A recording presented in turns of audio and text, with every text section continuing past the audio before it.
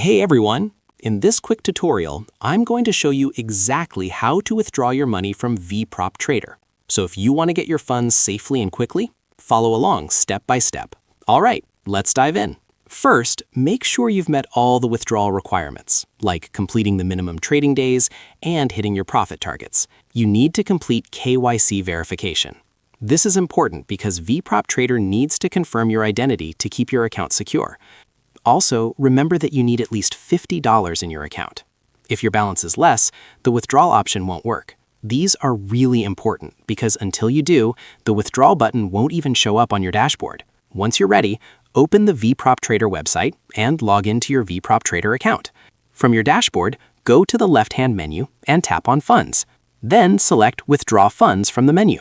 Next, the system will ask you to link your bank account or wallet. Go ahead and do that.